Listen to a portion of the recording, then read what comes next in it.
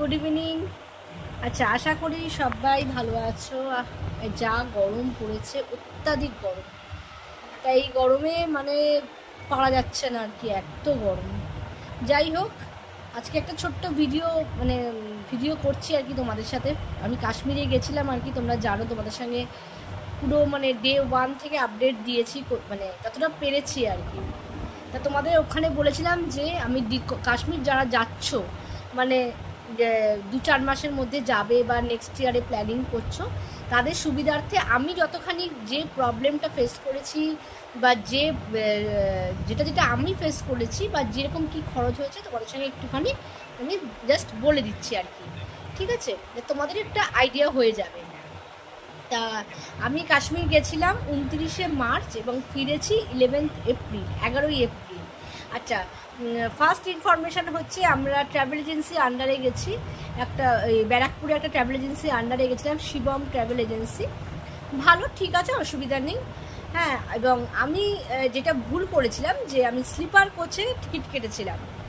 Sleeper কোচে 730 কি 740 বা 800-র মধ্যেই, ম্যাক্সিমাম 800-র মধ্যেই এরকমই টিকিট হবে।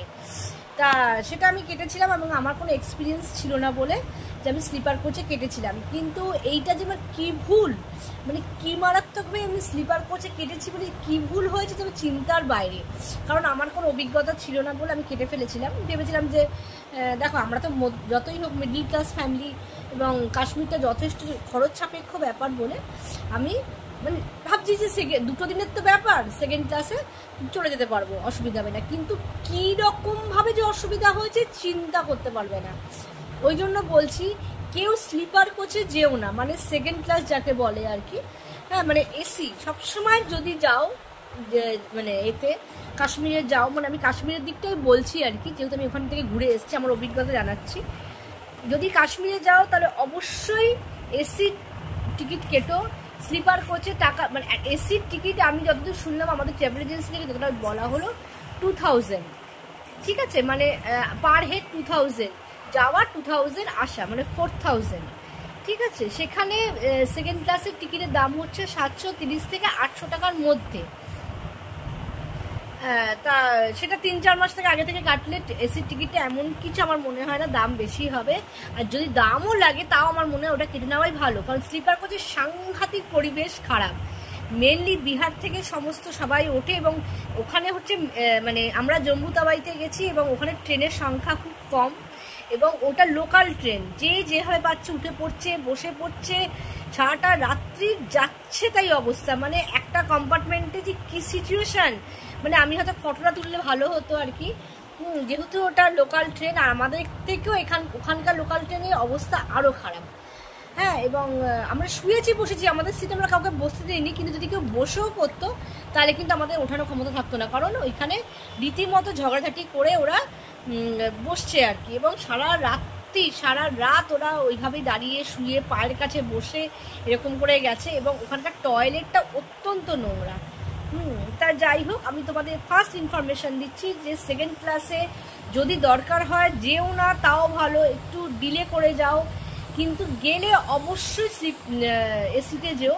যেটা আমরা আসার সময় কিন্তু আমাদের ডবল, মানে যেখানে 2000, হ্যাঁ আমাদের 6000 টাকা লেগেছে এক্সট্রা, মানে যেখানে আমাদের 2000, 4000 যাতায়াত হয়ে যেত পার হেঁটে এক একজনের, সেখানে আমাদের লেগে গেল 6000 টাকা, আমার মেয়ের। যাই হোক, তাই আমি এসেছি, তাতেই করে এসেছি। ফার্স্ট ক্লাসে মানে এসিতে অনেক অপেক্ষাকৃত ভালো, ঠিক আছে, অপেক্ষাকৃত ভালো এবং বাথরুম পরিষ্কার, ঠিক আছে। মানে 2 দিনের জন্য এসিতে তোমরা অবশ্যই যেও, 1 নম্বর। আচ্ছা, সেকেন্ড হচ্ছে ওখানে খরচ বলতে দেখো, ওখানে যথেষ্ট খরচ।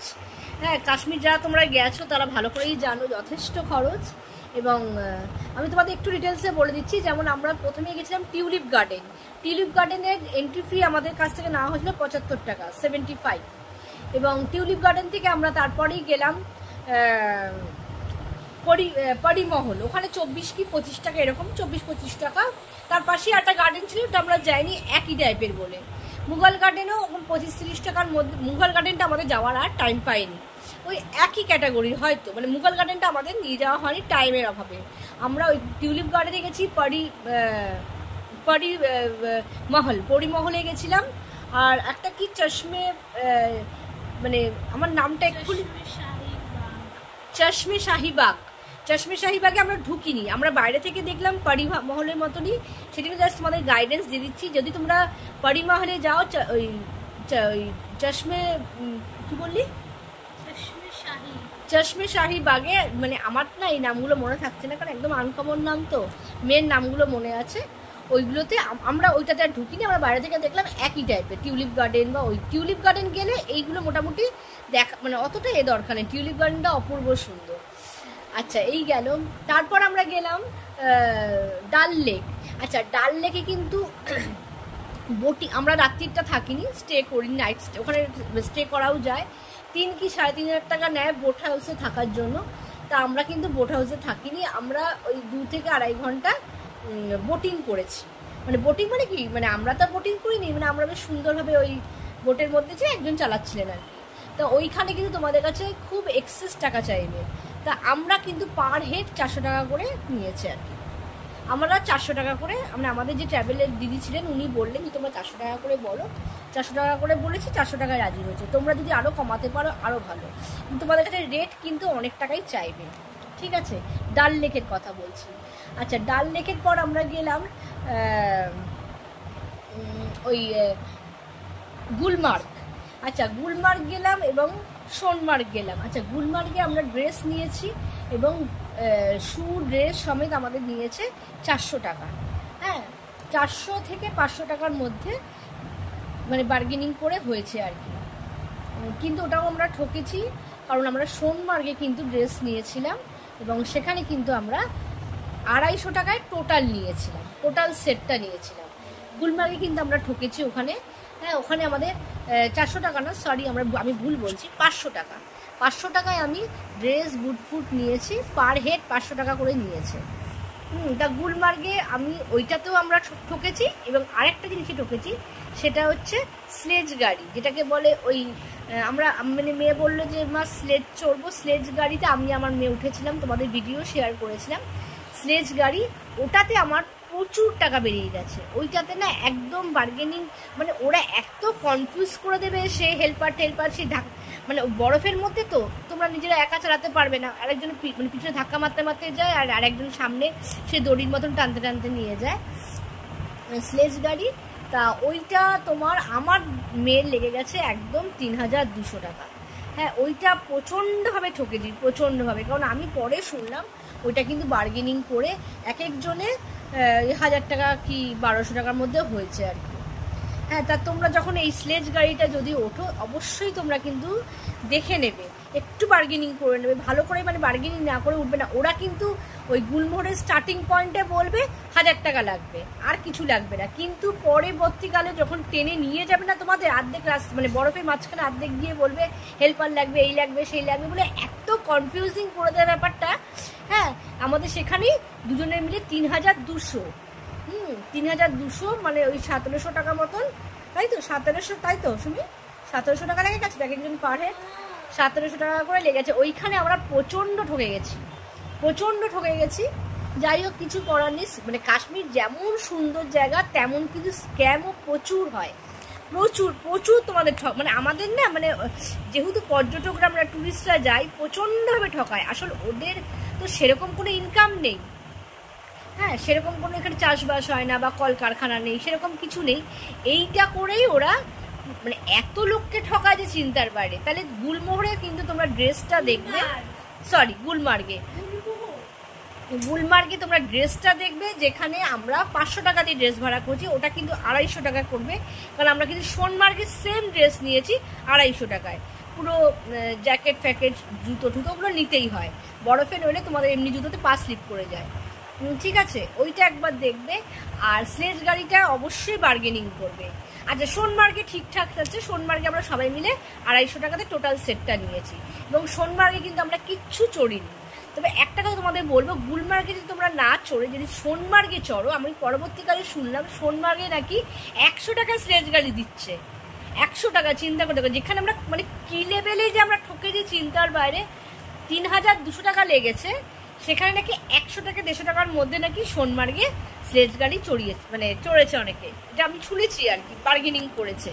যাই হোক, তোমাদের এটাই বলার উদ্দেশ্য, যারা যাচ্ছ বা যারা যাবে ইন ফিউচারে, তারা যাওয়াতে কেটে গেল, ডিসকানেক্টেড হয়ে গেল। যাই হোক, তোমরা যারা যাবে তারা অবশ্যই এই জিনিসগুলো খেয়াল করো, কারণ আমি ডিটেলসে মানে আমি যেভাবে ঠকেছি তোমাদের যাতে না ঠকতে হয় সেই জন্য বলে দিলাম। যারা ইন ফিউচারে যাচ্ছ বা প্ল্যানিং আছে তাদের জন্য বলে দিলাম। আচ্ছা, এই একটা গেল। তারপর আমরা এতে গেলাম, ওই গুলমার্গ সোনমার্গ ওইগুলো দেখার পর আমরা চলে গেলাম পেহেলগামে। ঠিক আছে, পেহেলগামে তো 3টে জিনিস দেখলাম, 3টে স্পট। হ্যাঁ, আরু ভ্যালি, চন্দনওয়ারি, আর একটা হচ্ছে বেতাব ভ্যালি। বেতাব ভ্যালি আমরা ওপর থেকেই দেখেছি, নিচে আর যায়নি। নিচে যাওয়ার 100 টাকার জন্য তা আমাদের যে গাড়ির ড্রাইভার নিয়ে গেছিলেন উনি বললেন যে নিচে যাওয়ার আর দরকার নেই, আমরা ওপর থেকেই দেখেছি, গাড়ির উপর থেকে দেখেছি বেতাব ভ্যালি। আচ্ছা, আরু ভ্যালিতেও তো এমনি আমরা হেঁটে হেঁটে গেছি, ওটাও সুন্দর জায়গা। আর চন্দনওয়ারিতে কিন্তু আমরা কোনো রকমভাবে ওই ড্রেস ফ্রেস নিইনি। তোমরা তো জানো যে যতই বরফের মধ্যে যাও সেখানে কিন্তু ঠান্ডা নেই, যেটা গুলমার্গ বা সোনমার্গে তোমাদের ওই ড্রেসগুলো নিতে হচ্ছে। কিন্তু আরু ভ্যালিতে তোমাদেরকে বলবে, চন্দনওয়ারিতে কিন্তু একই টাইপের, ওই গুলমার্গ সোনমার্গের মতনই বরফেরে। ওখানে কিন্তু সবাই মানে জুতো ফুতো মানে ভাড়া দিচ্ছে, কিন্তু আমরা কিন্তু নিইনি। আমরা যে জুতো পরে গেছি, সবসময় তোমরা স্নিকার্স টাইপের পরে নেবে, তাহলে জুতো ফুতো অত ভাড়া নেওয়ার দরকার হবে না। তা ওই তোমার চন্দনওয়ারিতে গিয়ে আমরা কিন্তু কোনো রকমের কোনো কিচ্ছু ভাড়া নিইনি, হয়ে গেল। আচ্ছা, তারপর আমরা মোটামুটি ওই তো কাটরায় গেলাম, বৈষ্ণবদেবের মন্দিরে একদম পায়ে হেঁটে উঠলাম, পায়ে হেঁটে নামলাম, কারণ ঘোড়াতে 1300-1400 টাকা চাইছে, এবং সেখানে তোমাকে 2 কিলোমিটার, মায়ের মন্দিরে 2 কিলোমিটার আগে নামিয়ে দেবে, সেখানেও হাঁটতে হবে। এবং ডুলিতে তোমার ওই পালকি বা ডুলি যাকে বলে 4500 টাকা মতন, 5000 টাকা মতন চাইছে, ওগুলো বার্গেনিং করতে হবে। যাই হোক, আমরা তো মায়ের কাছে গেছি, একদম হেঁটে উঠেছি, হেঁটে নেমেছি, এই আর কি ব্যাপার। আচ্ছা, এই একটা ব্যাপার। সেকেন্ড হচ্ছে যে তোমরা কিন্তু কাশ্মীরে যারা যাচ্ছ, এটা কিন্তু তোমরা মাথায় রেখো, ট্রেনের খাবারটা যখনই দেবে, ট্রেনের খাবারগুলো না খুব একটা ওই ভালো হয় না। ঠিক আছে, ট্রেনের খাবারটা একটু অ্যাভয়েড করো। বা মনে করো 4 জন যাচ্ছ, 2টো প্লেট নেবে, মানে শেয়ার করে খাবে। দরকার হলে মুড়ি নিয়ে যাবে, মুড়িটা কিন্তু ভীষণ উপকারী জিনিস। শুকনো মুড়ি যে কোনো এতে খেতে পারবে, পেটে প্রবলেম হলে বা কোনো অ্যাসিড হলে সঙ্গে সঙ্গে মুড়িটা কিন্তু অবশ্যই ক্যারি করবে। দরকারি প্রয়োজনীয় ওষুধপত্র সবই ক্যারি করবে। হ্যাঁ, আর আরেকটা কথা আমি যেটা জানতাম না, যে এটিএম, ওখানে সবাই বলেছে যে টিএমের ফেসিলিটি অনেক, মানে এইগুলো আমার কনফিউশন ছিল, আমি নানা রকম সমস্যায় পড়েছিলাম বলে তোমাদের বলে দিলাম।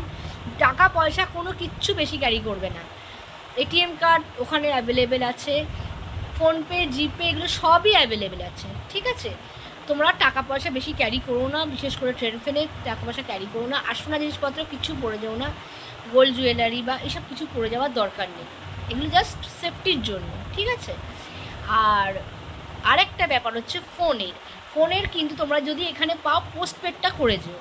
ঠিক আছে, যেমন আমরা এখানে প্রিপেড করি, পোস্টপেডটা করে নিয়ে ওখানে যেয়ে, ওখানে সুবিধা হবে। আর ওখানে যদি লোকাল সিম নিও, যদি নাও, তাহলে কিন্তু একটা প্রবলেম আমাদের সাথে হয়েছে, আমি আগের ভিডিওতে তোমাদের বলেছি যে আমাদের সাথে একটা লোকাল সিম নিয়ে আমাদের কী প্রবলেমে পড়তে হয়েছে। তোমাদের যাতে এরকম প্রবলেম না ফেস করতে হয়, সেজন্য আমার মনে হয় বেস্ট হচ্ছে একদম পোস্টপেড করে নিও। পোস্টপেড করে নিলে তোমাদের সেক্ষেত্রে সুবিধা হবে। আর কাশ্মীর কিন্তু যথেষ্ট এখন সেফ, এমনি কোনো অসুবিধা হয়নি, কোনো ভয় নেই, কিচ্ছু নেই। তোমরা যদি যাওয়ার প্ল্যানিং থাকে নিঃসন্দেহে ঘুরে এসো, কোনো অসুবিধা নেই। ঠিক আছে, শুধু কয়েকটা জিনিস মাথায় রেখো, যে ওখানে বার্গেনিং কিন্তু প্রচুর করতে হয়। আর মার্কেটিং বলতে আমি সত্যি কথা বলতে মার্কেটিং সেরকম করিনি, কারণ যথেষ্ট মানে আমার কাছে মার্কেটিংটা, কারণ কলকাতা সব কিছু এখন পাওয়া যায়। হ্যাঁ, আর অত ভারী ভারী জিনিসপত্র ওখান থেকে আনাটা একটা মানে সত্যিকারের অসুবিধা, কারণ প্রচুর লাগেজ হয়ে গেছিলো। 15 দিনের জন্য যাওয়া তো, মোটা মোটা জ্যাকেট প্যাকেটেতে মানে ভরলেই তো সুটকেস ভরে যায়। সেই জন্য আমি বাইরে থেকে ওখান থেকে কিছু কিনি, টুকটাক ওই ড্রাই ফ্রুটস নিয়ে এসেছি, সেরকম কিছু আমি মার্কেটিং করিনি। আর হ্যাঁ, মেয়ে একটা ওই কাশ্মীরের ফারহানা বলে একটা ড্রেস আছে, হ্যাঁ সেই একটা ড্রেস কিনেছে, আর আমি সেরকম কিছু আর কিনিনি আর, কারণ সব কিছু পাওয়া যায়। আর ওখানকার এত মোটা মোটা জিনিসপত্র, কলকাতা ঠান্ডা পড়েও না সেরকম, আর আমাদের লাগেও না। ওগুলো আমার কাছে মনে হচ্ছিল যে একদম মানে বেকার খরচ আর কি। যাই হোক, কাশ্মীর ঘুরে এসেছি, আমাদের খুব ভালো লেগেছে। আমার যেটা যেটা মানে আমার ক্ষেত্রে যেটা ঠকেছি বা যেটা প্রবলেম হচ্ছে তোমাদের সঙ্গে শেয়ার করলাম। তোমরা যারা কাশ্মীর যাওয়ার প্ল্যানিং করছো, তারা এইসব মাথাতে রেখে তারপর অবশ্যই যাও। এমনি কাশ্মীরে কিন্তু খুব সুন্দর, এত অপূর্ব দৃশ্য। হ্যাঁ মানে আমরা এই কলকাতার সাথে মানে আমরা এখন বসে পুরো ঘামছি। আর আমরা যে টাইমে গেছি সেখানে স্নোফলও দেখেছি, প্রচণ্ড ঠান্ডা পেয়েছি, এমনকি -2-3-তেও ঠান্ডা চলে গেছে আর কি। এরকম পেহেলগাঁওতে বেশি ঠান্ডা, এই আর কি। যাই হোক, তোমাদের আমার কাছে যা যা সুবিধা অসুবিধা, ভালো লাগা খারাপ লাগা তোমাদের সঙ্গে সব শেয়ার করলাম। ঠিক আছে, যদি তোমাদের ভালো লাগে চ্যানেলটাকে সাবস্ক্রাইব করো, শেয়ার করো এবং অবশ্যই কমেন্ট করো। চলো টাটা।